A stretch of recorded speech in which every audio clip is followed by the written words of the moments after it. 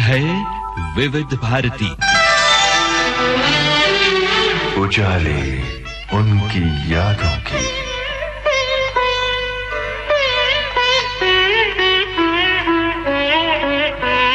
उजाले उनकी यादों की।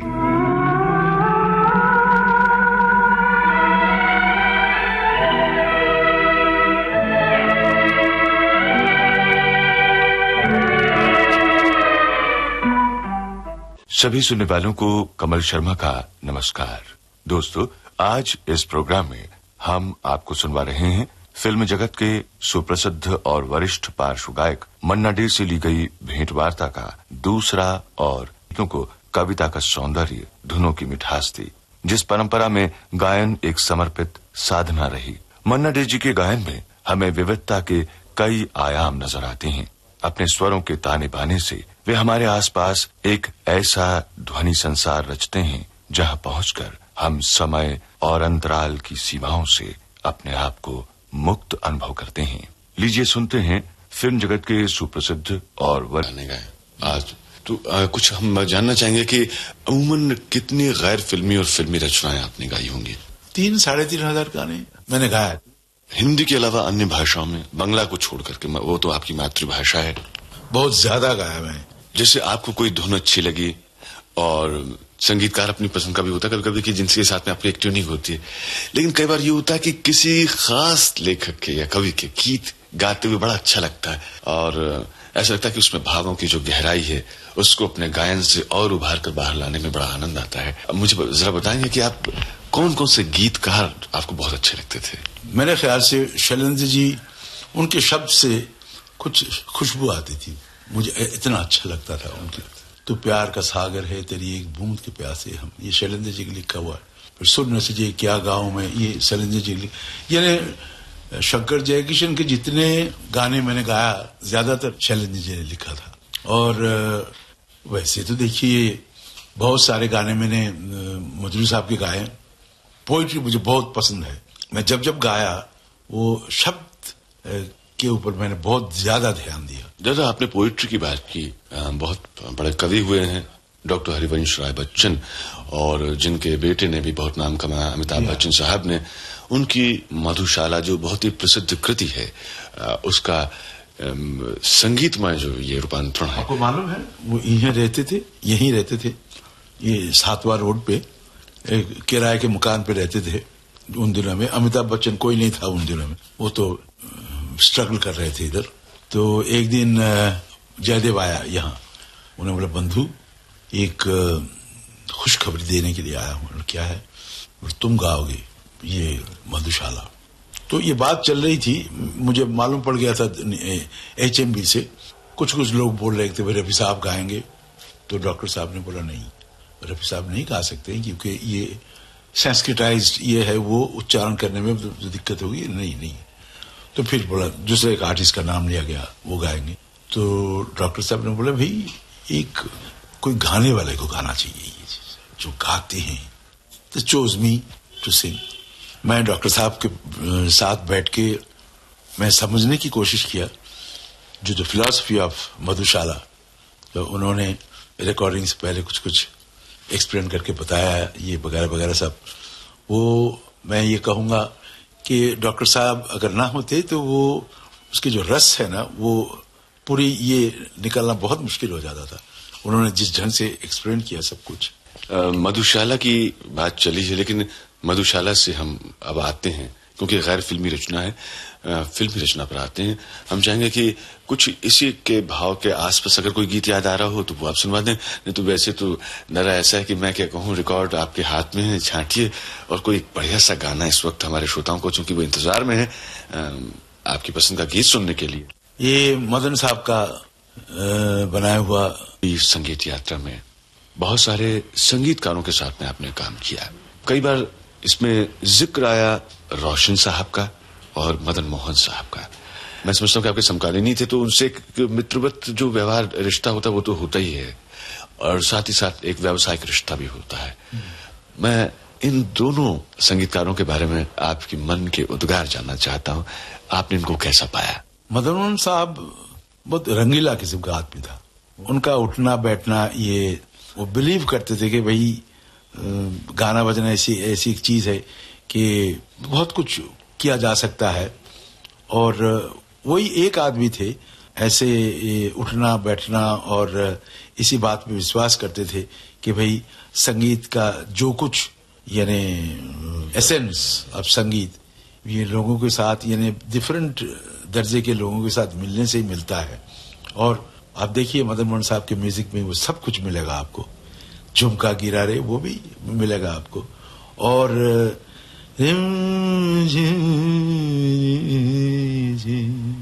पिया बीवी से उसको करेक्शन कराया। और फिर जब माइक्रोफोन के सामने मैं खड़ा हुआ तो रामू ने कहा कि दादा आप बिल्कुल बहुत सुंदर बोल रहे हैं मलयालम। उन्होंने भाई I have been tutored by my wife, मेहनत करने से सब कुछ होता है। मन्ना दा, प्रोत्साहन और तारीफ इसका कोई भी कलाकार भूखा होता है, क्योंकि ये उसका सबसे बड़ा इनाम। इस तरह का इनाम पाकर आपको कैसा लगता है? और उसके बाद में वो फिल्मी इनाम जो दिए जाते हैं हर बरस, वो भी आपको अपने 2 गीतों के लिए मिले थे, लेकिन आपके लिए इनाम का रूप क्या है? इनाम तो मिलना ही चाहिए, अप्रिशिएशन है ना। ये लोग ये अप्रिशिएट करते हैं और लोग बोलते कि हाँ भाई अच्छा गाया, इसलिए तो इनाम मिलता है ना। उससे ये एनकरेजमेंट मिलता है और होना ही चाहिए, वो डेफिनेटली होना चाहिए। मुझे लगता है कि आप कोई भी काम करें, अगर किसी ने नहीं बोला कि भाई बहुत अच्छी तरह से काम किया आपने, आपको वो प्रोत्साहन मिलेगा। मैं जब गाने के लिए बैठता हूँ, वो जब गाया बोला हाय क्या गाया आपने, वाह वाह वाह वाह, अच्छा लगता है मुझे। कई बार ऐसा भी हुआ होगा कि आप खामोश खड़े हैं और ऑब्जर्व कर रहे हैं, कोई बड़ी मस्ती में डूबा हुआ आप ही का गाया गीत गुनगुनाया जा रहा है, ऐसे कभी क्षण आए होंगे, कैसा लगता है आपको? एक मरतबा ऐसा ही हुआ था कि बाहर कहीं गए थे हम लोग और कोई एक आदमी ऐसे अपने धुन में वो गा के चले जा रहे थे, ताल मिले नदी के जल में दा दा दा दा दा दा दा ताल दा दा दा दा दा दा दा दा ताल मिले। रोशन बनाए थे ये, और मुकेश ने बहुत बेहतरीन ढंग से गाया था इसको, जिसका नाम है उजाले उनकी यादों की। और आज इस प्रोग्राम में हमारे मेहमान हैं फिल्म जगत के सुप्रसिद्ध और वरिष्ठ वो किशोर ने बनाया था ना वो गाना, एक दिन और गया हाय रुकी न रुका छाया अंधियारा तनरा तनादननी आया न खेवन हारा एक दिन और गए। शैलेंद्र ने लिखा था ये गाना, ये किशोर के लिए मैंने गाया था, किशोर ने बनाया था ये गाना। दादा आप जिस भूमि से जुड़े रहे, कर्म भूमि तो आपकी मुंबई रही, और मैं समझता हूँ कि वैसे तो बंगाल से आपका रिश्ता है, और बहुत सारे लोग वहां से आए, खासतौर से फिल्म जगत में, चाहे वो बंगला फिल्म जगत हो, हिंदी का हो, उनका बहुत ही उल्लेखनीय योगदान रहा। 3 तो नाम ऐसे संगीतकारों के, तो अब जैसे सचिन दा हैं, तो हेमंत कुमार हैं, फिर उधर सलील चौधरी साहब हैं। देखिए सलील वो एकदम बिल्कुल जीनियस थे। कवि गुरु रविंद्रनाथ के बाद, नजरुल के बाद सलील का नाम आना चाहिए। इतना जबरदस्त गाने वो लिख के गए। ये तो बात सही है कि सलील फोक से शुरू किया था, फोक सॉन्ग से, फोक म्यूजिक से, और सलील की कंपोजिशंस की बेस ही है फोक म्यूजिक।